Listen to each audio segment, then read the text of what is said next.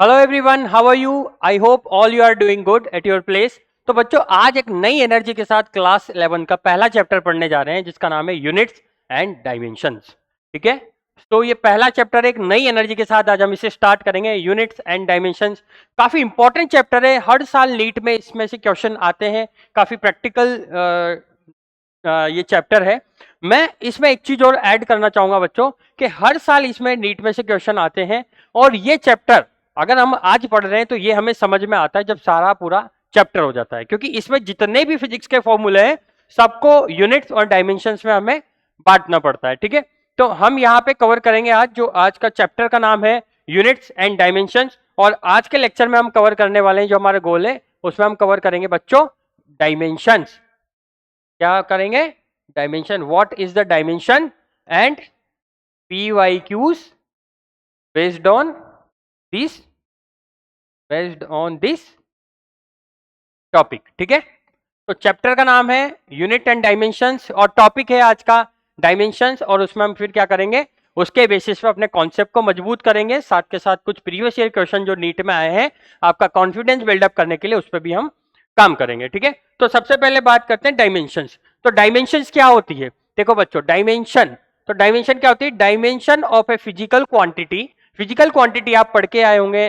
Physical quantity वो quantity जिसको हम मेजर कर सकते हैं, ऑब्जर्व कर सकते हैं, वो क्वांटिटी फिजिकल क्वांटिटी होती है। जैसे लेंथ हो गई आपकी, एरिया हो गया आपका, आपका लेंथ हो गया, ठीक है, टाइम हो गया, मास हो गया, ये सारी फिजिकल क्वांटिटी है। कौन सी? इसमें भी हमने दो क्वांटिटी पढ़ी होगी, फंडामेंटल फिजिकल क्वांटिटी और derive physical quantity. Fundamental quantity को हम बेस क्वांटिटी भी कहते हैं क्योंकि उसकी मदद से डेराइव क्वांटिटीज बनती है।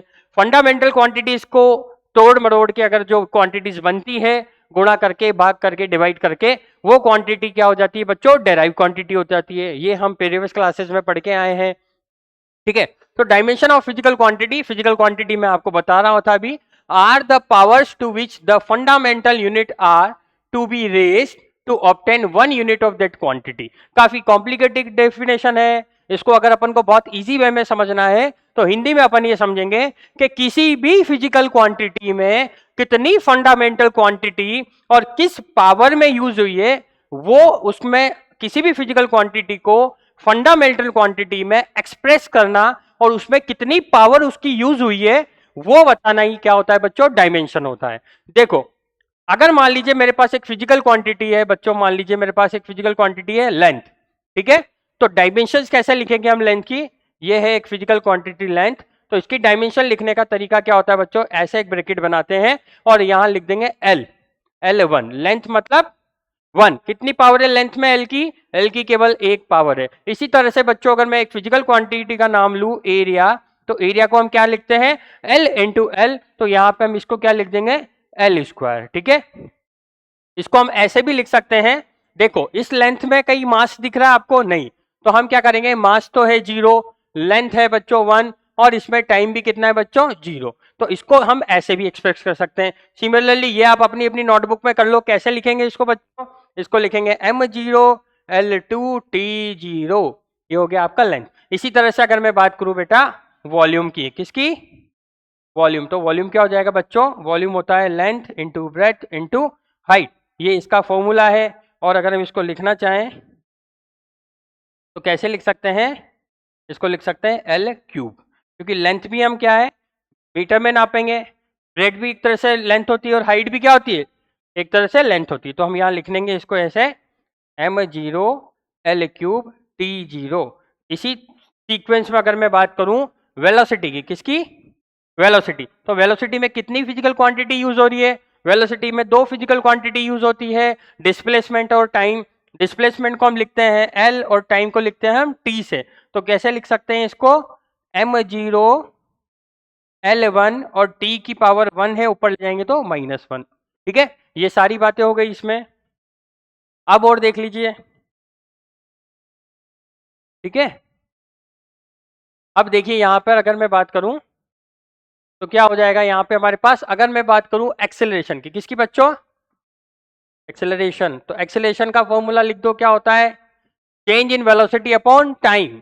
Change in velocity upon time, तो हम वेलोसिटी लिखेंगे LT -1 अपॉन टाइम।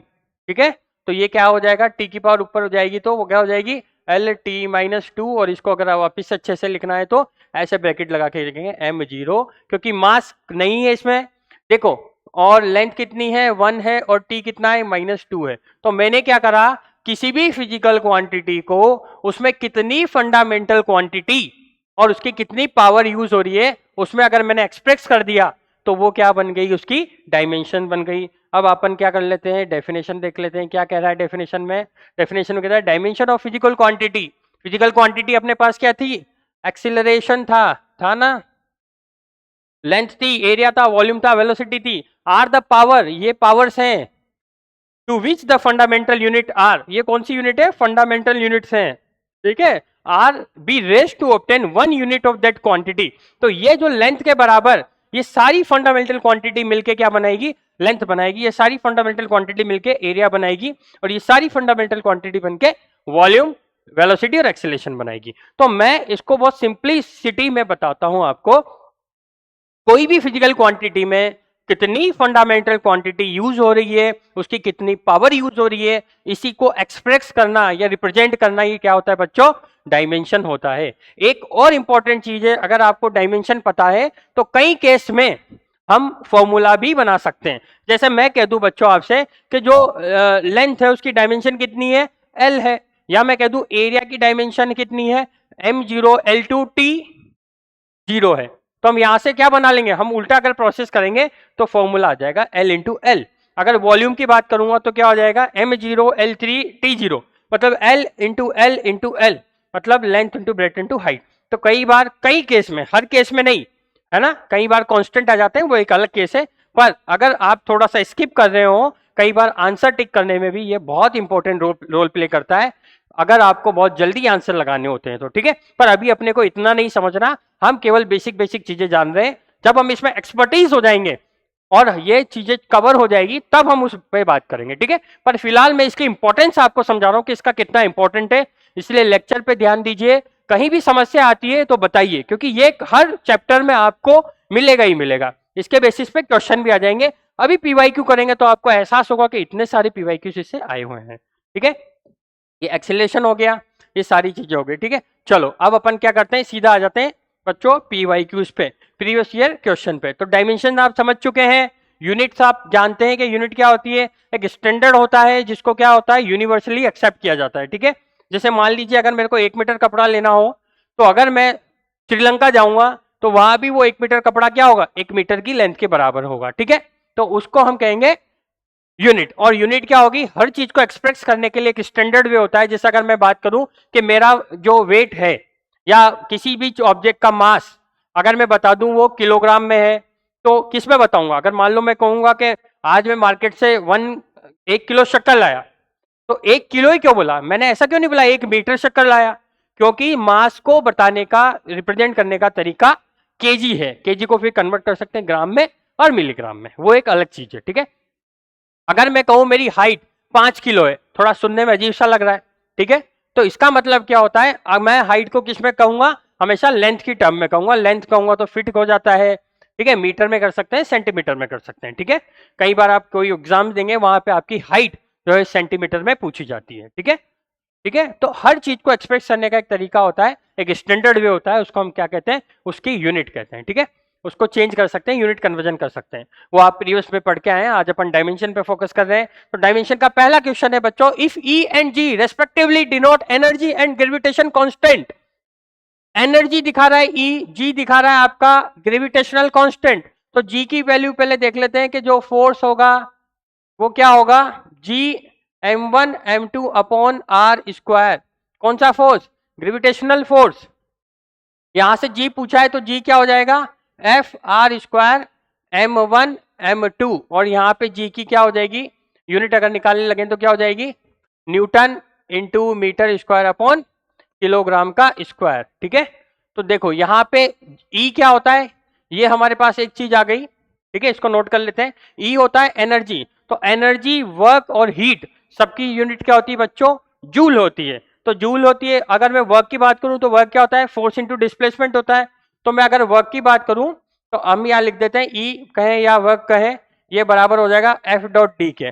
तो एफ क्या हो जाता है न्यूटन और ये क्या हो जाता है मीटर। ठीक है, इतनी बात समझ में आई। अब हमें पता है कि अगर मैं एफ की डायमेंशन लिखूंगा तो एफ इक्वल टू क्या होता है बच्चों एम ए, और एम क्या होता है मास किलोग्राम और एक्सीलरेशन होता है कितना मीटर अपॉन सेकंड स्क्वायर। तो इसकी डायमेंशन कैसे लगेंगे, इसमें कितना मास है एक मास है किलोग्राम, मीटर कितना है 1 मीटर है, और टी का स्क्वायर है बट वो अपोजिट में, तो टी माइनस 2। ये किसकी डायमेंशन आ गई बच्चों फोर्स की डायमेंशन आ गई। यहाँ रख देते हैं। ठीक है, तो यहाँ रख देते हैं ई बाई जी कर देते हैं। तो ई बाई जी कैसे करेंगे, ई होता है बच्चों एफ डॉट डी, तो न्यूटन को लिखेंगे m1L1T-2, ये आपका एफ हो गया, और डी डी मतलब मीटर, इसका मतलब लेंथ।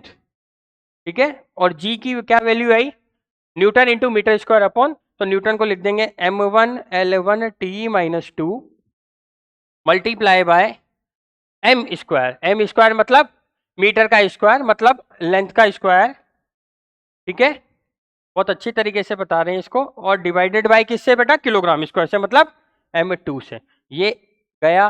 ठीक है, ये पूरी टर्म मान लीजिए गई, तो एम स्क्वायर चला गया ऊपर। ठीक है, कहाँ चला गया ऊपर, तो ये हो गया एम स्क्वायर एल अपॉन यहाँ पे क्या आ गया, यहाँ पे आ गया एम स्क्वायर ऊपर गया, एल आ गया, यहाँ आ गया एल स्क्वायर, तो एक एल से एक एल भी गया, तो ये बचा m2L-1T0। ऐसा कहीं ऑप्शन में दिख रहा है क्या हमें, m2 है L-1 है और T0 है। बच्चों बहुत अच्छे तरीके से पहला ऑप्शन मैच कर रहा है, m2L-1T0, तो ये E बाई जी का डायमेंशन है। अच्छे तरीके से हमने निकाला।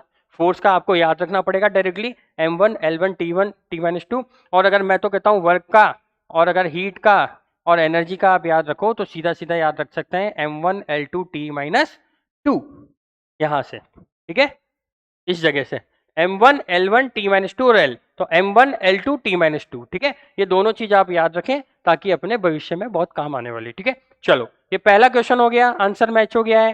देखो इस तरह के क्वेश्चन आते हैं, और डायमेंशन का कितना इंपॉर्टेंट रोल प्ले कर रहा है ये आपके क्वेश्चन में। सितंबर 20 नीट का क्वेश्चन है, डायमेंशन ऑफ स्ट्रेस आर।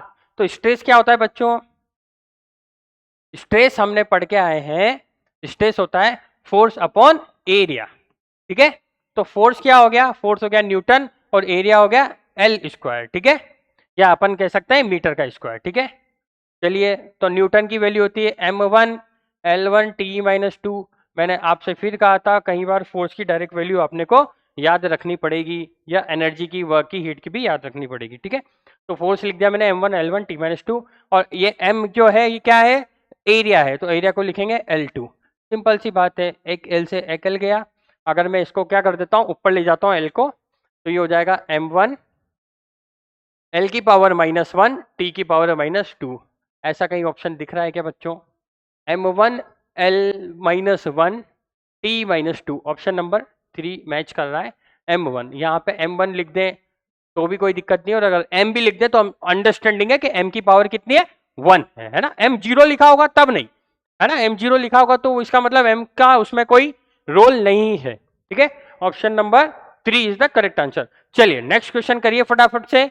देखिए सीबीएसई AIPMT 2007 का क्वेश्चन है, dimension of resistance in electrical circuit in terms of dimension of mass, length of time, length L of time T end of current I would be.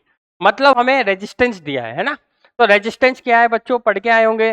देखो कैसे करते हैं इसको, resistance क्या पढ़ के आए हैं, R इजिकल टू होता है V बाय I। कहाँ से आया, V इजिकल टू IR, क्या नाम है इसका ओम्स लॉ। ठीक है, तो R क्या हो जाएगा V बाई आई। एक R ये भी होता है बच्चों, अगर कभी याद रखना हो तो आप लिख सकते हैं L बाय ए, और अपने पढ़ा हो रेजिस्टिविटी के केस में तो रो L बाय ए। देखो यहाँ से भी अगर कई बार क्वेश्चन पूछ लेता है, अभी ये हमारा इससे रिलेटेड नहीं है, अभी हमारा रिलेटेड किससे है जिसमें I पूछा है, तो हम कौन सा रिलेशन लेंगे I वाला, ये ध्यान रखना है ना। अगर लेंथ और एरिया की टर्म्स में और रेजिस्टिविटी की टर्म्स में कहता तब हम यहाँ पे आते। ठीक है, वहां रेजिस्टिविटी कांस्टेंट मानेंगे, लेंथ और एरिया के टर्म में कहता तो यहां से आंसर आता। अभी हमें आई पूछा है, देखो यहाँ पे आई पूछा है ना।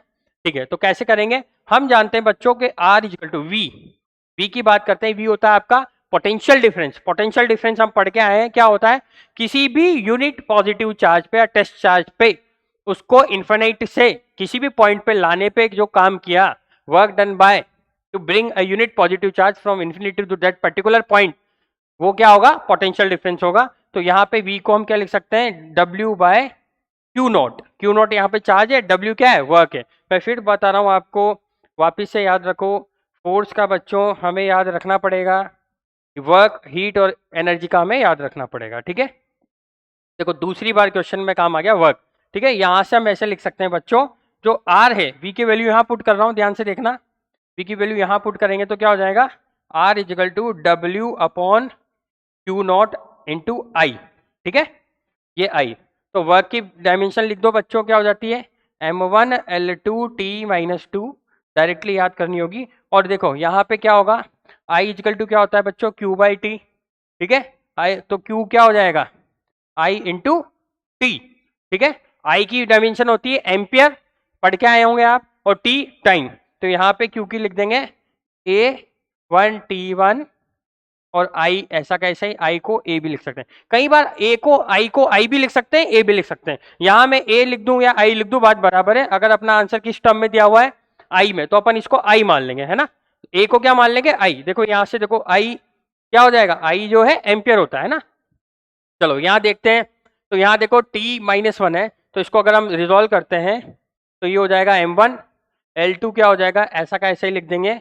और T-1 है, ऊपर जाएगा तो कितना हो जाएगा, -3, और A-2, इसको ऐसे भी लिख सकते हैं अगर आई की टर्म में पूछे तो, M1 L2 T-3 I-2। बच्चों ऐसा कहीं ऑप्शन मैच हो रहा है क्या, देख लो जरा जरा जोड़, M1 L2 T-3 और I-2, option number 4 will be the correct answer. यहां से परफेक्टली मैच हो रहा है बच्चों, ठीक है। M1 L2 T-3 I-2। चलिए नेक्स्ट क्वेश्चन देखते हैं, the dimension of universal gravitational constant.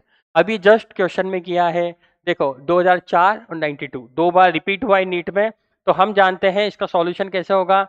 देखो हम जानते हैं कि एफ जी ग्रेविटेशनल फोर्स क्या होता है, जी M1 M2 upon are square. तो यहां से अगर मेरे को जी निकालना होगा, ये क्या होता है, ग्रेविटेशनल कांस्टेंट होता है, ठीक है। तो जी निकालना होगा तो क्या लिख देंगे, F into R square upon M1 M2, बस हो गया सिंपल। एफ की वैल्यू क्या है, पहले अपन इसकी यूनिट लिख लेते हैं, newton into metre square upon kilogram का स्क्वायर। चलिए न्यूटन देखो फिर काम आ गया, 4 क्वेश्चन कर रहे हैं, चारों क्वेश्चन में न्यूटन काम आ रहा है, फोर्स काम आ रहा है। डायरेक्टली याद रखेंगे क्या होगा बच्चों, M1 L2 T-2 M square मतलब L का स्क्वायर, बहुत अच्छी बात है। अब किलोग्राम का स्क्वायर का मतलब, फटाफट से बोलो, M2 लिख सकते हैं, ठीक है। यहां से एक पावर से एक पावर काट देते हैं, तो हमारा आंसर क्या आ गया, M तो हो गया बच्चों -1, एक M बचा, ऊपर ले जाएंगे -1 हो जाएगा, L कितना हो जाएगा 4 हो जाएगा, और T कितना हो जाएगा -2 हो जाएगा। इस तरह का कहीं मैच कर रहा है क्या बच्चों, फटाफट से देख के बताओ कहीं मैच कर रहा है क्या। M-1 L2 M1 L1 sorry L1 आएगा बच्चों यहाँ, है ना। फोर्स क्या होता है M1 L1, तो 2 और ये क्या हो जाएगा यहाँ पे,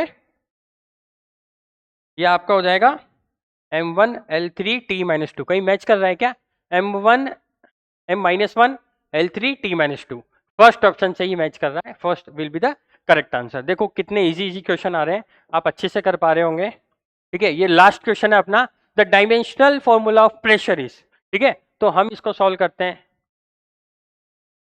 प्रेशर क्या होता है बच्चों, F बाय ए। देखो फिर फोर्स आ गया, डायरेक्ट लिख सकते हैं अब तो अपन, M1 L1 T-2, एरिया क्या होता है बच्चों, L स्क्वायर, एक L से लग गया, आंसर आ गया अपना M1 L-1 T-2, एकदम स्ट्रेस की तरह, स्ट्रेस भी यही था, ठीक है। M1 L-1 T-2, M1 L-1 T-2, option number 3 will be the correct answer, ठीक है। तो हमारे यहाँ देखो 5 क्वेश्चन किए, पांचों में फोर्स आया, 2 क्वेश्चन में वर्क आया, तो ध्यान से करना है, हमें डायरेक्ट याद रखना है ताकि नीट में अच्छी प्रैक्टिस हो जाए। तो इसी के साथ अलविदा, और अच्छे से प्रैक्टिस कीजिए, तब तक के लिए thank you very much, all the very best for your NEET exams.